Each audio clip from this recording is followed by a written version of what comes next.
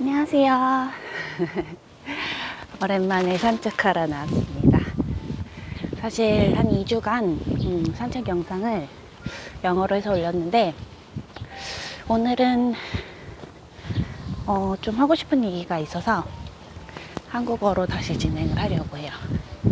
오늘 아침에 일어나서 이렇게 핸드폰을 좀 보는데 선생님들이 칭찬 스티커를 줬다고 뭐 정신적 학대다, 아동 학대다 이런 걸로 신고를 받으셨다는 내용이 기사로 떴더라고요. 근데 그 칭찬 스티커를 하는 게 왜 아동 학대냐, 정신적 학대냐, 그 주장 내용을 보니까 칭찬 스티커를 받지 못한 아이들이 상대적 박탈감을 느끼기 때문이다, 뭐 그런 얘기가 있더라고요. 그래서 제가 그걸 보고 어이가 없어서 좀 웃었어요. 그러면서 좀 생각을 하게 됐는데, 상대적 박탈감이라는 게 언젠가부터 굉장히 많이 쓰이는 용어인 것 같아요. 근데 저는 그 단어를 굉장히 싫어해요. 그 단어가 크게 도움이 안 된다고 생각하기 때문에 별로 안 좋아해요. 상대적 박탈감이라는 게 나는 가지지 못했는데 쟤는 너무 쉽게 가졌다, 내지는 나는 가지지 못하는데 쟤는 너무 쉽게 가졌다 정도가 아니라 그냥 나는 없는데 쟤는 있네, 그거 자체를 이제 상대적 박탈감이라고 느끼는 부분들이 자꾸 사회적으로 이슈가 되고, 어떻게 보면 일부러 이슈 몰이를 하는 모습도 보이더라고요. 근데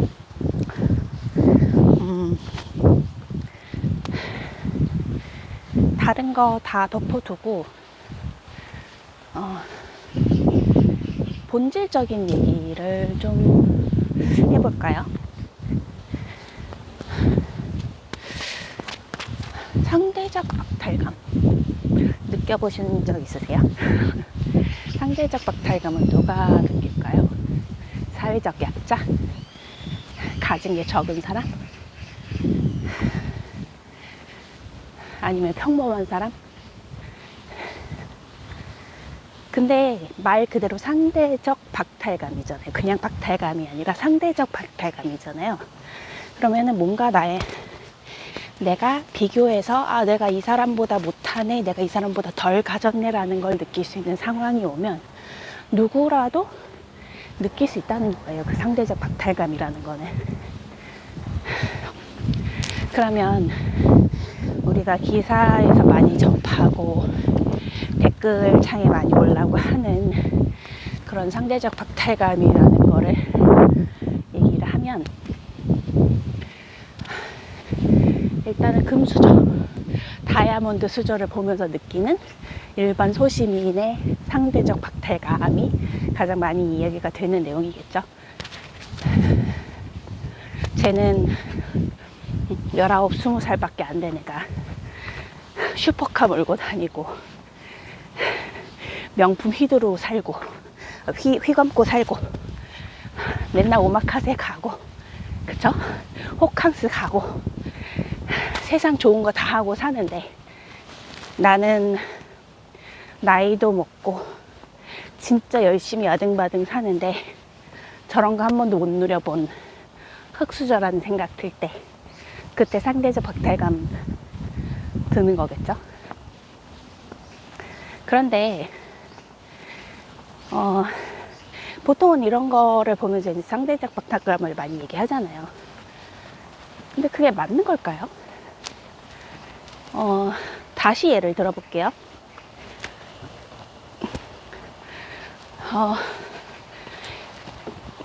꽤 평범하게 자랐지만 집안이 딱히 막 어렵지는 않은 집안에서 자란 사람은 학비를 내지 못하고 교복을 사는 걸 주저하고 생리대 하나 사는 게 너무 큰 부담이고 하는 거 못 느끼고 살았을 거예요. 우리 부모님, 여러분은 아닐 수 있겠다. 저는 이제 30대 후반, 40대 초반 요 사람들하고 이제 시대가 같으니까, 우리는 부모님 세대가 대부분 전쟁을 좀 겪으셨어요. 전쟁 직전에 태어나셨거나 전쟁 직후에 태어나셨거나. 여기서 말하는 건 이제 한국전쟁 얘기하는 겁니다. 그러다 보니까 우리 부모님은 끼니를 굶지 않는 집안에 태어났으면 부잣집인 세대였어요. 지금은 상상도 못할 세대죠. 근데 제가 나고 자란 세대도 그걸 상상을 못해요. 우리만 해도 그런 게 없었어요. 그런데 지금 저보다 나이가 어린 사람들은 그런 거를 들어보는 것조차 거의 하지 못했겠죠? 그렇다면 우리들 기준에서 생각을 했을 때 학교 가고 준비물이랑 이런 거 살 용돈 받고 떡볶이 좀 사 먹고 입고 싶은 옷 입고 싶어서 엄마 아빠 좀 쪼르고 이런 거 좀 당연하게 생각하는 사람들이 많잖아요. 근데 그게 당연하지 않은 사람도 분명히 존재를 한단 말이에요. 그러면 그런 사람들은 우리가 생각하는 이거는 너무 당연하고 평범한 거 아니야? 흑수저도 이 정도는 하잖아 라고 생각하는 그 정도의 생활 수준을 보면서 상대적 박탈감을 느낄 수 있다는 거예요. 그러면 내가 생각할 때 평범한 생활을 영위할 수 있는 수준의 집안에서 태어난 나는 나에게 상대적 박탈감을 느끼는 사람에게 뭔가 잘못한 걸까요? 저는 그건 아니라고 생각하거든요. 잠깐 앉을게요. 숨차.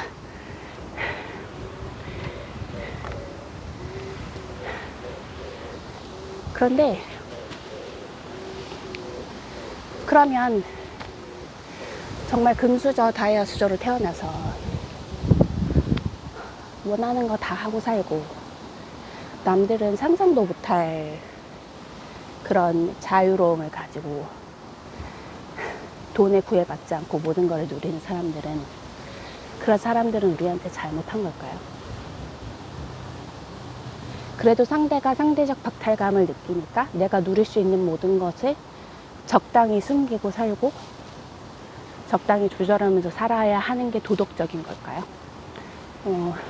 그 부분에 있어서는 좀 생각이 많이 필요할 것 같아요. 그거는 어떻게 보면 개인의 자유거든요. 우리가 공산당 체제에서 사는 것도 아니고 자유경제 체제에서 살고 있는데 그런 차이가 생기는 거는 어떻게 보면 너무 당연해요. 그리고 지금 공산주의랑 자유경제 체제를 간단하게 비교를 했지만 사실 그렇게 비교를 해도 이런 차이가 어느 체제 안에서라고 없지 않아요, 절대. 우리가 이제 북한 얘기를 들어보면 거기는 다 평등하던가요? 북한이야말로 이제 공산당 하면 딱 생각나는 대표적인 체제 사회인데 거기는 차이가 어떻게 보면 더 심하거든요. 그냥 일반 시민과 빈민층과 그리고 특권 계층의 차이라는 건 거기는 어마어마해요. 우리보다 더 심할 정도로. 이런 얘기를 왜 하냐면 이거는 너무 당연한 거라는 거예요. 사람이 살아가는데 발생할 수밖에 없는 인간의 본질적인 본능과 욕망에 의해 생겨나는 너무나도 당연한 사회 현상이에요. 그리고 인간 사회에서만 이런 게 생겨나느냐? 그렇지 않아요. 동물도 뭐 인간은 내년을 위해서 준비를 하고 다음 세대를 위해서 준비를 하고 한다는 부분에서 차이가 크죠. 그런 부분에서 차이가 점점 더 크게 느껴질 수밖에 없는 부분이 있지만 동물도 똑같아요. 힘이 센 놈은 많이 갖고 힘이 적은 놈은 적게 갖거나 아예 못 가져요.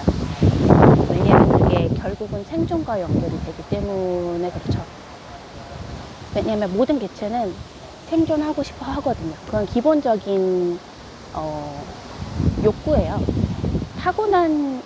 태어난 생물이라면 생명을 가지고 태어난 생물이라면 누구나 느낄 수밖에 없는 기본적인 욕구인데 그거를 비교하면서 나는 이것밖에 안 가졌는데 쟤는 저만큼이나 노력을 사네? 상대방 생존적 박탈감을 느껴라고 얘기하는 거는 이건 누구한테 손해일까요? 이게 옳고 그름을 떠나서 옳고 그름을 얘기하자면 말이 너무 길어질 것 같아요. 말이 너무 길어질 것 같으니까 내가 얻을 수 있는 거에 좀 포커스를 맞춰서 얘기를 해볼게요. 이거는 누구한테 손해일까요? 상대적 박탈감을 느끼는 사람이 손해일까요? 상대적 박탈감을 느끼게 만든 사람이 손해일까요? 당연히 상대적 박탈감을 느끼는 사람이 손해입니다. 물론 그런 상대적 박탈감을 느낌으로 인해서 나는 더 이상 이런 감정을 느끼면서 살고 싶지 않아. 나는 무조건 성공해서 저 사람보다 더 많은 걸 누리면서 살 거야. 라고 동기부여를 할 수도 있죠. 그런데 안타깝게도 이런 동기부여는 그렇게 오래 가지 못해요. 생각보다. 그런 동기부여를 받고 노력을 시작한 사람이 잘 되기도 어려울 뿐더러 잘 되고 난 다음에 우리가 말하는 그 성공이라는 기준을 채운 다음에 성공을 했기 때문에 행복한 사람이 얼마나 될까요? 성공을 해서 행복한 게 아니라 행복한데 성공도 한 거가 더 맞는 것 같아요. 성공하고 나서 성공하기 전보다 덜 행복한 사람이 성공해서 성공하기 전보다 더 행복한 사람보다 훨씬 많은 것 같아요. 간단한 예를 한번 들어볼까요? 이거는 굉장히 오래된 이야기인데 저는 교회를 다녀요. 저는 교회를 다니고 교회에서는 성경을 보잖아요. 성경에 이런 얘기가 있어요. 바리새인과 세리의 기도라는 이야기가 나오는데 뭐 바리새인이 누구고 세리가 누군지는 정확하게 알 필요는 없기 때문에 거기는 좀 스킵을 할게요. 근데 세리만 설명을 해도 뭐 충분할 것 같아요. 세리는 뭐냐면 한마디로 세금 추징원이에요. 공무원이죠. 공무원이고 세금을 거두는 사람. 근데 이 시대적 배경이 어디냐면 고대 로마 제국이에요. 로마 제국이 가장 번성했을 시기에 속국에서 이 배경은 이제 이스라엘이죠. 이스라엘이라는 로마 제국의 속국에서 로마 제국이 속국민에게 부여하는 세금을 추징하는 추징원을 그때는 이제 세리라고 불렀어요. 근데 이 사람들이 굉장히 미움을 받았던 게 비리가 어마어마했거든요. 옛날 우리 조선시대나 고려시대도 보면은 그 아전이나 이렇게 세금을 걷어들이는 탐관오리들 굉장히 많잖아요. 그거랑 똑같다고 보면 돼요. 탐관오리 좋아하는 사람이 누가 있어요? 탐관오리는 굉장히 미움의 대상이잖아요. 힘은 가졌지만 존경은 받지 못하는 딱 그게 세리라고 보면 돼요. 근데 이 두 사람이 이제 이스라엘이라는 나라의 특성상 모든 사람이 한 종교를 믿죠. 바리새인은 굉장히 종교적인 사람이고 사회적 존경을 받는 사람이고 세리는 종교적이지도 못하고 존경도 받지 못하는 그렇지만 돈은 많은 이런 사람이라고 보면 돼요. 두 사람이 기도를 하는데 굉장히 내용이 달라요. 바리새인은 기도를 하면서 하늘을 똑바로 쳐다보면서 아주 자랑스러운 마음에 나는 교회에다 돈도 이렇게 많이 내고 금식도 하고 뭐 저 세리처럼 나쁜 짓도 안 하고 막 블라블라블라 한참 자기 자랑하면서 이래서 감사합니다 이러면서 기도를 마치고 아주 당당히 걸어가서 가요. 그런데 세리는 아주 이렇게 옹성거리고 주눅이 들어서 이렇게 교회에 들어와서 저기 구석에 가서 쭈그리고 앉아서 울면서 기도를 하는 거예요. 너무 내가 죄인이라고 울면서 기도를 하는 거죠.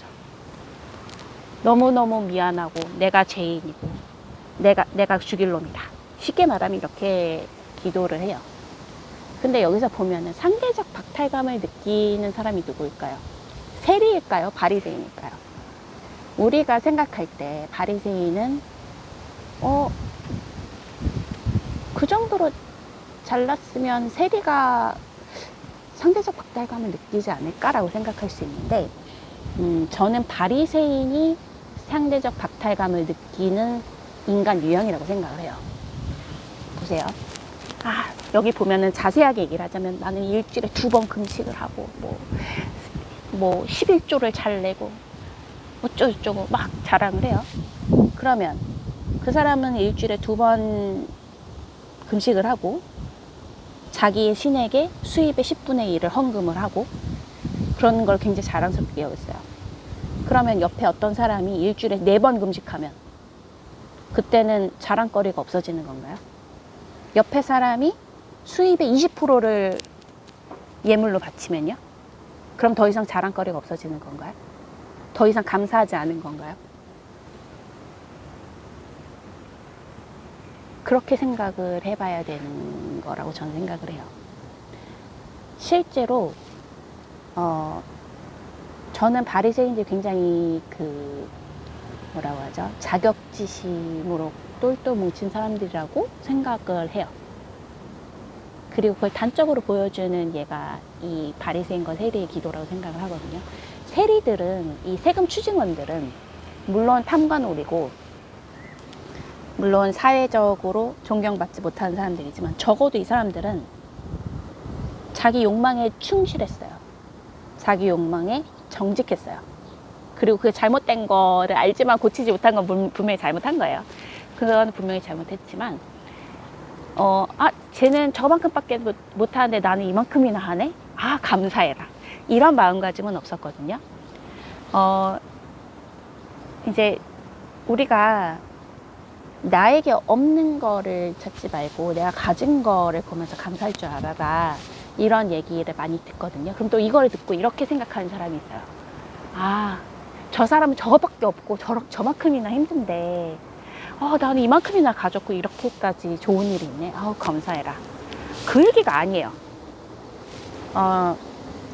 어떤 거가 됐든지 간에 상대적인 기준이 있는 거는 사람에게 절대적인 행복을 가져다 줄 수가 없어요. 우리가 상대적 박탈감이라는 걸 느끼는 거는 말 그대로 상대적 박탈감이잖아요. 뭔가 비교 대상이 있다는 거죠. 쟤는 저만큼이나 잘났고 저만큼이나 누리고 살고 저렇게 삶이 쉬운데 나는 이렇게 힘들게 살고 이렇게 가진 것도 없고 이만큼이나 못 누리고 살고 그거를 찾다 보면 끝이 없어요. 내가 또 그만큼 내가 지금 상대적 박탈감을 느끼게 하는 그 대상만큼 많은 걸 가지게 됐더라도 그 위치에 올라가잖아요. 그럼 분명히 나보다 잘난 사람이 또 있어요.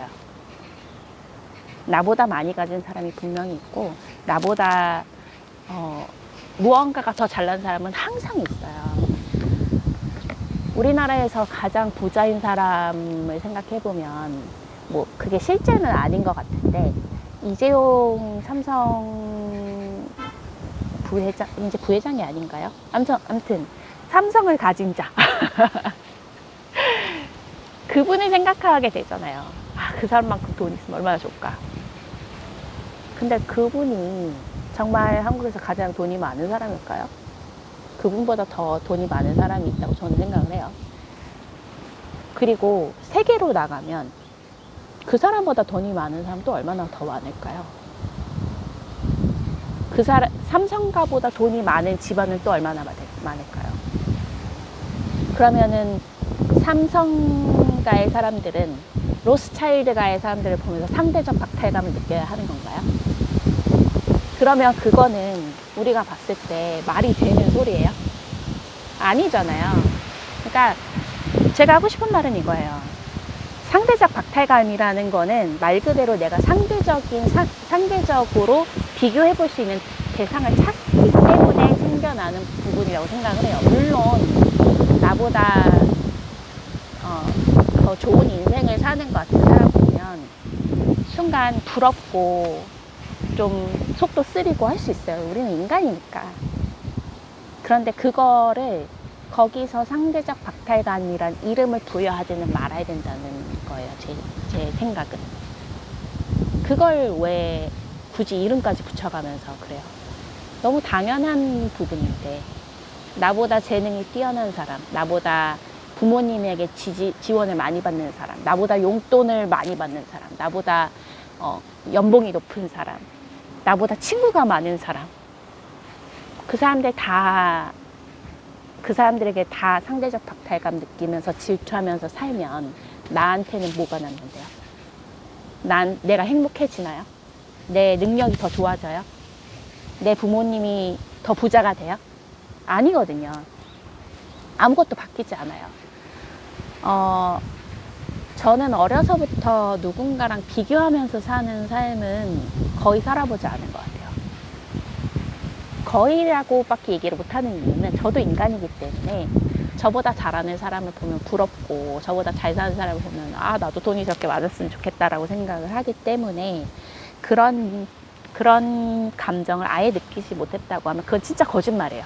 그건 완전 거짓말인데, 저는 상대를 질투하거나 그 사람과 비교를 해서 거기에 우울감을 느끼거나 이런 거는 성격상 잘 안 하다 보니까 그것 때문에 어려운 상황을 어렵지 않게 보내고, 그리고 그 안에서 뭔가를 더 얻어가고, 그리고 조금 더 행복하게 살 수 있었던 것 같거든요, 지금까지. 근데 제 주위에서만 봐도 그래요. 왜 쟤는 너한테는 3번 전화하고 나한테는 1번밖에 전화 안 해? 라고 하는 친구가 있어요. 아니, 너한테 더 할 말이 있었나 보지. 그게 제 반응이거든요. 근데 그런 걸 막 하나하나 다 세면서 비교를 하는 거예요. 너는 왜 쟤랑 더 친해? 왜 나랑은 그만큼 안 놀아줘? 되게 유치하죠. 근데 그걸 돈으로 바꿔볼까요? 왜 쟤는 저만큼 벌고 난 요거밖에 못 벌어?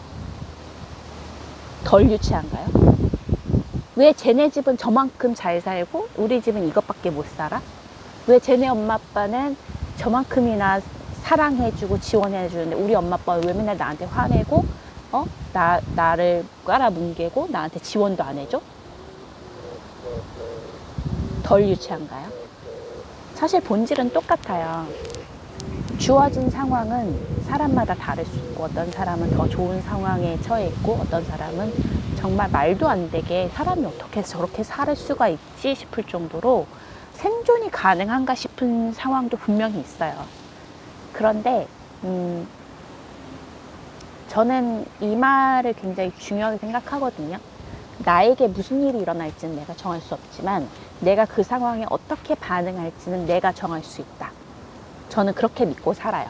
그리고 그렇게 내 마음을 정하고 살기 시작한 이후로 훨씬 더 행복해지고 훨씬 더 능률이 좋아지고 여러모로 저한테 도움이 많이 되거든요. 근데 제가 이 얘기를 하는 이유는 뭐냐면, 지금 공부를 하고 전공을 정하고 취업을 하면요, 이 상대적 박탈감이라는 게 더 피부로 와닿을 수밖에 없어요. 왜냐하면 당장 내 눈에 보이게 쟤랑 나랑 나이가 똑같은데, 쟤랑 나랑 똑같이 노력한 것 같은데 쟤는 저만큼 앞서가 있고 나는 아직도 시궁창에 빠져 있는 것 같은 느낌이 들 수 있단 말이에요. 특히 재수를 하고 삼수를 할 때는 그런 거에 잠식되기가 쉬울 수밖에 없어요. 그리고 재수 삼수까지 갈 것도 없이 고등학교만 들어가도 그 부분이 훨씬 크게 다가올 수밖에 없어요. 왜냐하면 이제는, 예전에는 진짜 아무 생각 없이 살 수 있었다면 이제는 진짜 내가 피부로 와닿게 느낄 수 있는 상황이 자꾸 만들어지거든요. 수능 등급이 당장 가시적으로 비교할 수 있는 대상이 되고, 내가 들어간 학교의 타이틀이라는 게 생기고, 내가 합격한 과의 미래 가치라는 게 이제 눈에 들어오기 시작하고, 또 취업을 하면은 쟤는 어느 학교를 나와서 토플 점수가 얼마고 뭐 어디 연수도 다녀오고 뭐도 하고 해가지고 대기업에 취업이 됐어요. 그래서 초봉이 얼마야. 근데 나는 그냥 지잡대에 무슨 그냥 점수 맞춰간 과에다가 토플 점수도 열심히 했는데 생각보다 많이 안 나왔어요. 그래서 그냥 어렵게 알아보고 다니다 결국 중소기업이나 개인 사업체에 취직을 했어요. 나는 한 달 그래도 되게 열심히 일했는데 꼴랑 250만 원, 200만 원 월급으로 받고 거기다 복지할 것도 없어. 그러면은 상대적 박탈감 느낄 수 있죠. 피부로 와닿아요. 이제 직접적으로 느끼기 시작해요. 그러면 그때 내가 해야 되는 거는 상대적 박탈감을 느끼는 게 내가 해야 할 일이 아니에요. 그거를 느끼기 시작하면 진짜 인생이 피폐해져요. 그렇게 해서 나락으로 간 사람이 얼마나 많을 것 같아요. 셀 수도 없어요. 내가 그 상황을 벗어나고 싶으면 변하지 않을 나만의 절대적인 기준이라는 게 있어야 돼요. 제가 공부를 다시 시작한 이유는 내 친구들은 다 의사가 되고 약사가 되고 박사과정을 밟고 뭐 그러는데 나는 아무것도 아닌 게 돼서 그게 속상해서 공부를 다시 한다? 그건 아니에요. 물론 그것도 속상한 부분 중에 하나는 건 맞아요. 왜냐면 저는 워낙에 이제 학부 때 만난 친구들이 다 치대, 의대 아니면 약대를 기본으로 목표를 잡고 공부를 했기 때문에 그쪽으로 간 친구들이 많아요. 그쪽으로 간 친구들이 많고 그 친구들이랑은 뭐 짧게는 고등학교, 대학교 때 만났고 길게는 초등학교 때 만난 친구들이거든요. 그러니까 제가 속한 사회에서 어떻게든 소식을 들을 수밖에 없는 친구들이라서 그 친구들의 소식을 들을 때마다 나도 같은 거를 바라봤던 사람의 입장에서 나는 저 사람들만큼 되지 못했구나 하는 우울감이 올 때가 없는 건 아니에요. 그게 올 때가 없는 건 아닌데 받아들일 건 받아들여야죠. 걔네는 진짜 열심히 공부했거든요. 진짜 열심히 공부하고 자기가 누릴 수 있는 많은 거를 포기하면서 그 자리까지 갔어요. 그리고 이제는 자기의 노력에 대한 거를 보상을 받으면서 누리고 사는 거예요. 근데 저는 그 시기에 뭐 이유가 뭐가 됐든 간에 그만큼 노력을 못했어요. 안 한 것도 있고 못한 것도 있고 뭐 여러 가지 이유가 있지만 어찌됐든 그 사람들이 한 만큼의 무언가를 투자하지 못했어요. 그러니까 저는 그거를 못 이룬 거예요. 그거를 상대적 박탈감이라고 느끼면 안 된다고 생각해요. 저는 제가 한 노력에 대한 보상을 충분히 받았고 그래서 내가 성장한 부분이 있고 그들이 가지지 못한 거를 제가 갖고 있는 게 분명히 있어요. 그렇기 때문에 너는 그거 가졌지 나는 이거 가졌어. 넌 절대 이걸 가질 수 없어 라면서 이제 그 사람들 깔고 이런 게 아니라 그냥 그 사람들과 제가 가진 게 달라요. 그런데 제가 공부를 다시 하겠다고 생각을 한 거는 냉정하게 생각을 해본 거죠. 내가 지금 나이가 얼마고 앞으로 살 날이 얼마가 남았는데 나는 앞으로 어떤 삶을 살고 싶은가? 앞으로도 계속 이렇게 살고 싶은가? 아니면 뭔가 좀 더 도전을 해보고 싶고 좀 더 명확한 목표를 세우고 싶은가에 대해서 조금 고민을 해봤고 고민을 해봤더니 그래도 공부를 하는 게 내가 원하는 방향으로 가는 거에 가장 가깝겠다라고 생각을 한 거예요. 그래서 공부를 시작했고 지금 굉장히 만족하고 있어요. 6월달 모의고사를 봤잖아요. 제가 6월 모의고사 결과에 대한 영상을 다시 만들기는 할 건데 사실 결과 그렇게 좋지는 않아요. 제가 생각했던 것보다 훨씬 많은 노력이 필요하고 제가 원했던 것만큼 성적이 빠르게 오르고 있지 않기 때문에 기분이 막 좋지도 않고 그리고 뭐 당장 올해 약대에 갈 수 있을지도 솔직히 지금은 잘 모르겠어요. 지금쯤은 그 판단이 서야 되는 시기라고 생각을 하는데 이제 6월이 됐으니까 이제 5개월 조금 넘게 남았잖아요. 5개월 반이 남았는데 이제는 그 판단이 서야죠. 근데 쉽지 않을 것 같아요. 물론 그 5개월 반 동안 최대한 많이 따라잡으려고 노력을 하겠지만 쉽지 않아요. 어제 모의 지원을 다 해봤는데 가능성 10% 미만. 당연하죠. 지금 점수가 얼마나 엉망인데. 제가 약대를 가고 싶다고 했잖아요. 약대를 가는 게 절대 쉬운 일이 아닌 거 저도 잘 알고 있고, 바람이 어마어마하네요. 아이고, 아이고, 아이고, 아이고. 그렇기 때문에, 올해 못 갈 수도 있다는 거를 좀 각오하고 있어요. 근데 그것 때문에 제가 상대적 박탈감을 느끼느냐? 쟤는 만점 받았네. 쟤는 1등급이네. 이러면서 상대적 박탈감을 갖느냐? 아니요. 대단하다고 생각해요. 그 학생들. 진짜 어린 학생들이 대단하다.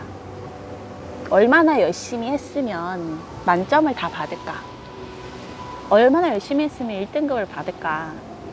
진짜 대단하다. 근데 나도 그렇게 대단해질 거야. 라는 게 제 생각이에요. 물론 이게 처음부터 쉬운 건 아니고, 어떻게 보면 타고난 성격도 좀 받쳐줘야 돼요. 근데 연습이 진짜 필요해요. 이 부분은 상대적 박탈감을 느끼는 연습을 자꾸 하면 모든 것에서 상대적 박탈감을 느낄 수밖에 없어요. 그런데 나보다 나은 상대를 보면서, 아, 저 사람은 저게 진짜 대단하다. 나도 저걸 배워야지. 아, 나는 저 사람에 비해서 이런 게 참 부족하구나. 아, 내가 이거를 조금 개선을 하면 좋겠다. 라고 자기 객관화하고, 이제, 모든 것에서 자기가 배울 수 있는 점을 찾아내는 거는 연습이에요. 그거는 그냥 어느 순간 생겨나거나 타고나는 것만은 아니에요. 왜냐하면 사람은 나이가 들수록 고집이 세지고, 내가 가진 거를 내려놓고 싶지 않아 하고, 내가 옳다고 생각하는 거에 대해서 다른 사람이, 특히나 어리고 젊은 사람이 이거 잘못된 거 아니에요 라고 하는 거에 굉장히 불쾌감을 느끼게 돼 있어요. 왜냐하면 자기가 부정당하는 것처럼 느끼게 되거든요. 나이가 들수록. 그래서 어른들이 어린 놈의 새끼가 이러면서 하시는 게 좀 서글프게 생각해야 돼요. 아, 나이가 드셔서 이런 게 이제 서글픈 나이가 되셨구나 하고 서글프게 좀 생각을 해주셔야 돼요. 나이가 들수록 그런 게 어렵기 때문에 어렸을 때부터 연습을 하지 않으면, 우리가 생각할 때 어른이 아니라 그냥 나이 든 사람이 있잖아요. 그렇게 되는 거예요. 그렇게 나이 먹지 않으려면 어렸을 때부터 연습을 하고 노력을 해야 돼요. 지금부터 상대적 박탈감 느끼지 마세요. 그렇게 느끼기 시작하면은 답이 없어요. 끝이 없어요. 그거에는. 국내에서 1등 하면 뭐해? 세계에서 1등. 세계에서 1등 하면 뭐예요? 다음번에도 1등 할 거라는 보장이 없는데. 그렇잖아요. 우리 학교에서 우리 반에서 1등 하는 거 그거 아무 의미 없어요. 전교 1등 해도 전국적으로 가면은 우리나라에서 100등 안에도 못 들 수 있어요. 그리고 우리나라에서 1등 해도 세계적으로 나가면 뭐 1000등 안에는 들려나? 그거 다 상대적 박탈감 느낄 수 없거든요. 우리 반에서 1등 하는 거 얼마나 대단한 일이에요. 그거 쉬운 일 아니에요. 그쵸? 전교에서 1등 하는 거 그거 절대 쉬운 일 아니에요. 1등을 유지하는 거 더 어려운 일이에요. 이제 내려갈 때밖에 없잖아요. 근데 그거를 한다는 건 정말 대단한 거예요. 그런 걸 봐야죠. 근데 또 이 얘기를 듣고, 아, 그래, 나는 열심히 해서 이만큼 했으니까 됐어. 아, 나는 내 노력에 만족해. 그런 만족감을 찾으라는 게 아니에요. 뭐냐면 내가 노력한 거에 대해서 정당한 보상을 누리고, 내가 개선해야 될 부분에 대해서 객관적으로 파악을 하라는 거지, 내가 한 부분에 대해서 과대평가를 하거나 과소평가를 하라는 게 아니에요. 그리고 타인에게도 똑같아요. 과대평가하거나 과소평가하지 말고 있는 그대로를 받아들이라는 거죠. 칭찬할 거는 칭찬해주고, 아, 저거는 나는 저렇게 하면 안 되겠다라고 보고 배울 거는 거기서 또 보고 배울 게 있잖아요. 하지 말아야 될 거를 배우는 것도 굉장히 중요한 스킬이에요. 말 그대로 객관화를 꼭 하시길 바랍니다. 그 객관화가 나를 비하하거나 남이 이러는 거를 깔아뭉개거나, 아, 제가 저렇게 잘하는 거는 누가 도와줘서야, 내가 쟤 때문에 1등이 못해서, 이런 게 아니라, 아, 쟤는 이런 상황에서 이렇게 노력을 해서 이렇게 됐구나. 아, 걔한테 참 좋은 일이다.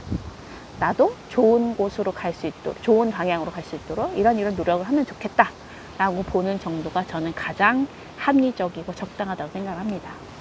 물론 사회적으로 부조리한 일들이 있죠. 그런 일이 없다는 게 아니에요. 근데 그런 일은 어디를 가도 일어나고 누구와 있어도 생길 수 있어요. 그러면 그때마다 넘어지면 안 되거든요. 아, 쟤는 저렇게 사는구나. 평생 그러고 살아라. 이러고 넘어가야 돼요. 물론 우리보다 약한 사람들이 우리의 도움이 필요할 때 그런 일을 당한다면 그건 도와줘야죠. 그런 거를 도와줘야 사회가 바뀌는 거예요. 그렇지만 그런 게 아니라면 그냥 그래, 너 새끼는 너 생긴 대로 살아라 하고 넘어가야 될 부분이면 그냥 그러고 넘어가야 되는 거예요. 그런 거에서 일일이 상대적 박탈감 느끼는 거 나한테 가장 안 좋은 일이에요. 제 채널을 보는 분들이 수능을 보는 나이대가 제일 많아요. 어쩔 수 없이 제가 지금 수능 공부를 하고 있기 때문에. 근데 그 나이 때 느낄 수 있는 행복감, 느낄 수 있는 만족감 이런 거 놓치지 않으셨으면 좋겠어요. 상대적 박탈감이라는 이유로. 상대적 박탈감을 느낄 시간에 내가 가진 거를 순수하게 기뻐하고 즐거워하고 그리고 내가 노력해서 이뤄나가는 거를 보는 즐거움을 절대 잊지 않으셨으면 좋겠어요. 그거는 비교를 하는 순간 잃어요. 엄마 아빠가 자꾸 옆집에는 어떻다는데 누구네 딸은 어떻다는데 누구네 아들은 어떻다는데 이러면서 비교해요. 귀 닫으세요. 그래서 어쩌라고. 나는 걔가 아닌데. 우리 엄마가 제가 하도 질투심도 없고 경쟁심도 없으니까 그런 얘기를 많이 하셨거든요. 저 어렸을 때. 잘 됐네. 그럼 우리 엄마 미칠다 그랬거든요. 근데 저는 제가 그렇게 했기 때문에 다행이라고 생각해요. 우리 엄마도 막 누구랑 막 비교하고 이런 성격은 아니시는데 애가 하도 생각이 없어 보이니까 그런 충격요법을 쓰고 싶으셨나 봐요. 하등 소용이 없었지만 근데 그런 부분도 필요해요. 사실 남이 흔드는 거에 흔들리지 않을 뿌리가 필요해요. 우리한테는 그 뿌리를 내리는 거는 처음에는 부모님의 도움이거든요. 근데 그 다음부터는 본인이 중심을 잡을 수밖에 없어요.